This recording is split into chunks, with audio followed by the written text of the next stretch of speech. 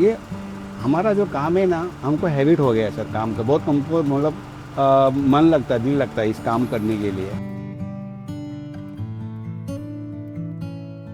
अगर मुंबई के सारे कपड़ों की एक मंजिल होती तो शायद वो यहीं होती।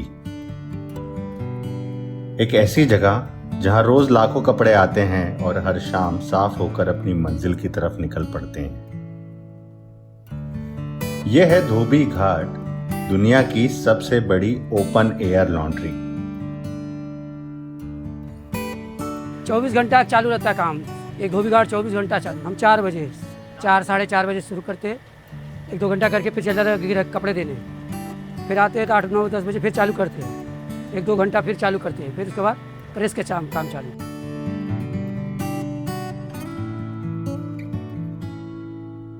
लेकिन ये कहानी सिर्फ कपड़े धोने की नहीं है। ये कहानी है एक ऐसे सिस्टम की जो बारकोड और क्यूआर कोड से भी पहले था, और शायद मुंबई के मॉडर्न लॉजिस्टिक्स से भी पहले। 40 साल में भैया जी बहुत बदलाव हुआ। पहले हैंड से धोते थे, अभी मशीन हुआ। लाइट नहीं था, पानी नहीं था, हैंड पंप जैसा पानी निकालते थे। अभी मोटर पानी बीएमसी का पानी है। बहुत बदलाव हुआ। अभी 3 दिन में कपड़े दे देते, अभी 24 घंटे में कपड़े, आपको 12 घंटे में कपड़े दे देते हैं। मुंबई में हर रोज लाखों लोग सफेद बेडशीट्स पर सोते हैं। हजारों रेस्टोरेंट्स में साफ टेबल क्लॉथ्स लगते हैं। लेकिन क्या कभी किसी ने सोचा है कि ये सब साफ कहाँ होते हैं? जवाब है धोबी घाट में। यहाँ पे सुबह 4 बजे से लेके रात को 10 बजे तक काम चलता है। और यहाँ पे होटल, हॉस्पिटल, रेसिडेंस जो भी है, XYZ जो भी, हर कपड़े यहाँ पे आते हैं, ड्रैगिंग करने के लिए आते हैं। और जैसा जैसा कस्टमर का डिमांड होता है उस तरह से हम लोग भी काम को देते हैं। कोई क्या है 1 डे में मांग के लेता, कोई सेकेंड डे में मांग के लेता, कोई 2 दिन के बाद में मांग के लेते। तो जैसा कस्टमर है उनका डिमांड होता है उस तरह से हम लोग कपड़ा देते हैं, डिलीवरी करता है। महालक्ष्मी स्टेशन के पास बसी यह जगह 1890 के आसपास ब्रिटिश एरा में बनाई गई थी। उस वक्त मुंबई एक तेजी से बढ़ता हुआ शहर हुआ करता था। आबादी बढ़ रही थी, होटल्स बढ़ रहे थे, व्यवसाय बढ़ रहे थे, और साथ में बढ़ रही थी कपड़े धोने की जरूरत। तब शायद किसी ने नहीं सोचा होगा कि यह जगह एक दिन इतनी मशहूर हो जाएगी। हमारे पास 4 व्हीलर भी है, 2 व्हीलर भी है, ट्रेन भी है, रिक्शा भी है, जो जैसा नज़दीक दूरी लंबा जो भी है उस हिसाब से हम लोग सर्विस करते थे। और अभी सारा जो काम होता है सब मशीन में होता है। पहले का ज़माना हमारा जो ग्रैंड फादर जो उनका ज़माना था तो 70 पे करते घस के धोना पड़ता था। अब उस सर ज़माना नहीं रह गया है। अभी जो है लेटेस्ट ज़माना आ गया है, सारे जो काम होते हैं सब मशीन में होते हैं। पहली नजर में अगर आप इसे देखेंगे तो धोबी घाट अफरा तफरी भरा लगता है। हर तरफ कपड़े, पानी, लोग और आवाजें। लेकिन अगर आप कुछ देर ठहर कर ध्यान से देखेंगे तो समझ आता है कि यह अफरा तफरी नहीं है, ये तो सटीकता है। ये एक सिस्टम है। यहाँ हर धोबी का अपना एक छोटा सा घाट होता है और अपना काम करने का तरीका भी। सबसे दिलचस्प बात इनका ये ट्रैकिंग सिस्टम। जैसे आज हम ऑनलाइन पार्सल ट्रैक करते हैं, लेकिन धोबी घाट में ये सब आने से पहले भी एक ह्यूमन ट्रैकिंग सिस्टम काम कर रहा है। मार्का डालते हैं हम लोग, पेन से मार्का डालते हैं। आपका नाम क्या है वो शॉर्टकट में डाल देते हैं तो मालूम पड़ेगा ये फलाने ढेकाने का है। कपड़ों पर कुछ कोड्स बनाए जाते हैं जहां हर सिंबल का अपना एक मतलब होता है और जो एक एड्रेस को बताता है। और इस सिस्टम की वजह से हजारों कपड़ों के बीच भी गलतियां होना नामुमकिन सा लगता है। ये इतना सटीक है। ये सिर्फ लॉन्ड्री नहीं है, ये ह्यूमन लॉजिस्टिक्स का मास्टर क्लास है। ऐसा थकान महसूस नहीं होता कि आज मैंने काम ज़्यादा किया तो सुबह उठ नहीं पाऊँगा। उठ जाता हूँ। काम करने में जो मज़ा है ना, वो बिना काम करके मज़ा नहीं आता। ऐसा हम लोग को फील होता है कि हमको काम मिलना चाहिए। जितना काम रहेगा उतना एनर्जी भी आएगा और अपने को एक काम करने का जुनून भी आएगा। हम लोग बिना काम क्या बोलेंगे आप बैठ जाओ तो हम लोग बैठ नहीं पाएंगे। काम में मन नहीं लगेगा, तो बैठ के फिर काम है तो सब कुछ है बढ़िया में। लेकिन धोबी घाट की कहानी सिर्फ एफिशिएंसी की नहीं है, ये सर्वाइवल की भी कहानी है।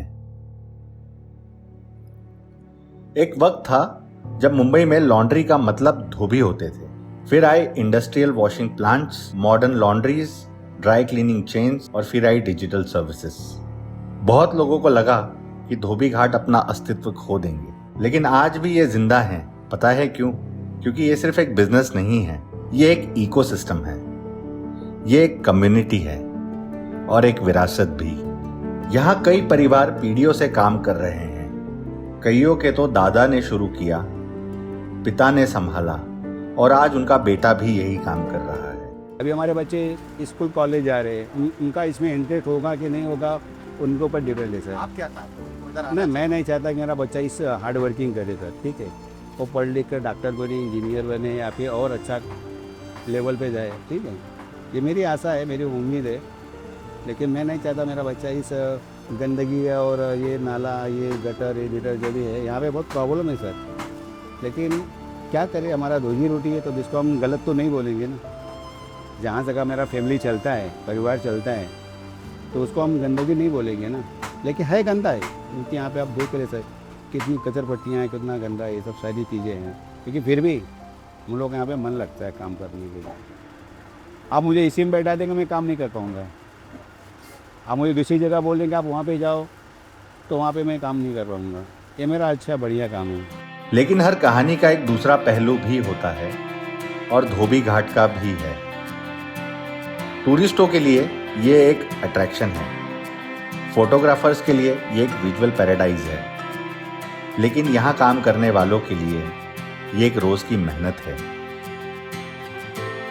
घंटों तक पानी में खड़े रहना है, भारी कपड़े उठाना है और गर्मी में काम करना है, और बढ़ते हुए ऑटोमेशन के दौर में अपनी जगह बचाए रखना भी है। ये वही रियलिटी है जो अक्सर आप इंस्टाग्राम के फोटोज में नहीं देख पाते हैं। एक और इंटरेस्टिंग बात, धोबी घाट को लोग लॉन्ड्री समझते हैं, लेकिन असल में ये मुंबई का एक इनविजिबल इंफ्रास्ट्रक्चर का हिस्सा भी है। फर्क बस इतना है कि हम इसे देख नहीं सकते। सोचिए अगर एक दिन के लिए मुंबई के होटल्स, हॉस्पिटल्स और रेस्टोरेंट्स को साफ धुले हुए कपड़े मिलना बंद हो जाए, तो कितनी चीजें रुक सकती हैं। नाम सुनील कुमार है भाई। मैं 10 से 12 साल हो गया मेरे को आगे। मैं इलाहाबाद यूनिवर्सिटी से पीजी हूँ। क्या बात है। काशी विद्यापीठ वाराणसी से बीएड हूँ। हमको अर्निंग बहुत इम्पोर्टेंट हो गया था, इसलिए एजुकेशन को ड्रॉप किया और इस लाइन में आया। मजबूरी समझ लीजिए या परिस्थिति हमारी कुछ। मेरा पर्टिकुलर मेरी बात करते तो मैं 4 बजे डेली उठ जाता हूँ।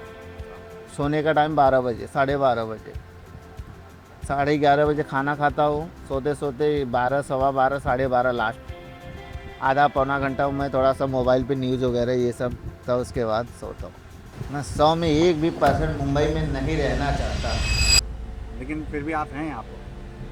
अब क्या बोलते ना, अपना गांव की भाषा, पेट चंडाल है, इसके लिए कुछ भी आदमी करने को तैयार रहता है। परिस्थितियाँ ऐसी होती है कि कभी कभी तालाब का पानी भी पीना पड़ता है, चाहे कितना भी बड़ा आदमी होने। जैसे कोरोना लगा तो हमारा पति भी बाथरूम साफ़ किया था, तो वो परिस्थिति होती, उनको भी भाजी लेने के लिए नीचे उतरना पड़ा था, नहीं तो ड्राइवर या नौकर आता था। तो वही समझ लीजिए। तो सब अपनी अपनी जगह सही है, लेकिन अब दिल नहीं करता मुंबई में रहने। धोबी घाट हमें याद दिलाता है कि शहर सिर्फ ऊंची इमारतों से नहीं चलता, ये उन लोगों से भी चलता है जिन्हें हम अक्सर देखते नहीं हैं या देखना नहीं चाहते हैं।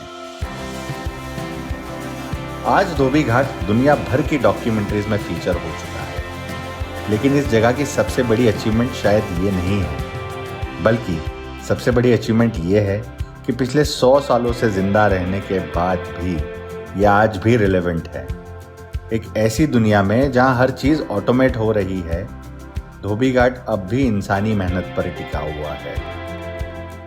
मैं यहाँ पे रिटायरमेंट फिर कुछ भी नहीं है। जब तक हाथ पैर में दम है तब तक काम करते रहो। हाथ पैर में दम नहीं है तो आप घर पे आराम करो। तो जब पावर ही नहीं रहेगा बॉडी में तो फिर काम का आदमी कैसा करेगा सर? क्योंकि रिटायरमेंट के बाद कोई बेनिफिट तो मिलेगा नहीं अपने को। चलो हम कहीं सर्विस करते तो मुझे रिटायरमेंट के बाद में मुझे पेंशन मिलता है ना। यहाँ पे क्या पेंशन मिलेगा? यहाँ पे आपको जब तक आपको पावर है, आपने भगवान ने आपको शक्ति दिया है, आपका हाथ पे चल रहा है तो काम करो। हाँ, आपसे काम नहीं हो रहा है तो वो अलग बात है, फिर आप उसको कोई ज़बरदस्ती नहीं है। ये सिर्फ मुंबई की कहानी नहीं है, ये इंसानी जज्बे और संघर्ष की कहानी है। ऐसी कहानी जो हमें बताती है कि कुछ चीज़ें सिर्फ तकनीक से नहीं, लोगों से भी चलती हैं। और धोबी घाट निश्चित ही एक ऐसी जगह है। अगर आपको ऐसी ही छुपी हुई कहानियां सुनना पसंद है तो चैनल को सब्सक्राइब कीजिए और मिलते हैं अगली कहानी में।